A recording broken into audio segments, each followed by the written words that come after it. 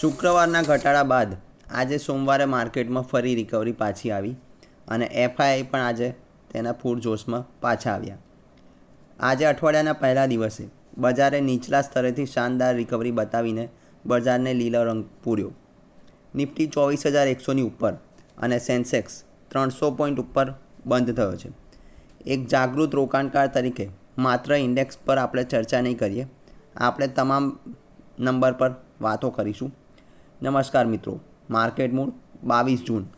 Nifty 24,102 પર બંધ, 89 પોઈન્ટનો વધારો.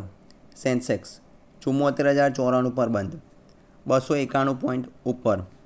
ઇન્ડિયા વિક્સ 1% ઘટીને 12.84 પર, જે દર્શાવે છે કે બજારમાં હવે પેનિકનો માહોલ ઓછો થયો છે અને સ્થિરતા પાછી આવી રહી છે. આંકડા પર વાત કરીએ તો એફઆઈએ ઇન્ડેક્સ ઓપ્શનમાં 3340 કરોડની ખરીદી કરી. ઇન્ડેક્સ ફ્યુચરમાં 598 કરોડનું બીજું બાઇંગ, પરંતુ તેની સામે કેશ માર્કેટમાં મોટા બાઇંગ બાદ ફરીથી તેમણે 635 કરોડની વેચવાલી કરી. સ્ટોક ફ્યુચર 1425 કરોડનું વેચાણ, સ્ટોક ઓપ્શન 233 કરોડનું વેચાણ. આજે પણ બજારને નીચલા સ્તરેથી ઉપર લઈ જવામાં આપણા લોકલ પ્લેયરોએ મહત્ત્વપૂર્ણ રોલ ભજવ્યો અને કેશ માર્કેટમાં ડીઆઈઆઈએ 1035 કરોડની બાઇંગ કરી.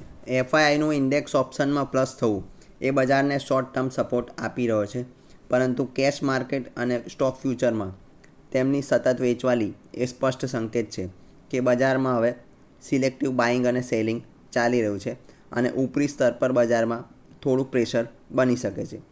તો હાલમાં આવા વોલેટાઇલ માર્કેટમાં ટ્રેડિંગના ચક્કરમાં પડી અને તમારે તમારી મૂડી ગુમાવવા કરતાં તમારે લોંગ ટર્મ સ્ટ્રેટેજિક વ્યૂ તમારે એ હોવો જોઈએ કે તમારે તમારો લોંગ ટર્મ પોર્ટફોલિયો વાયા મ્યુચ્યુઅલ ફંડ તમારે કન્ટિન્યુ કરવો જોઈએ.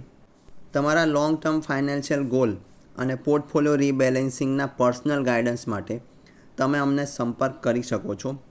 શેરબજારના આવા તટસ્થ, સાચા અને સચોટ ડેટા વિશ્લેષણ માટે પેજ પર બન્યા રહો. જય હિન્દ, વંદે માતરમ.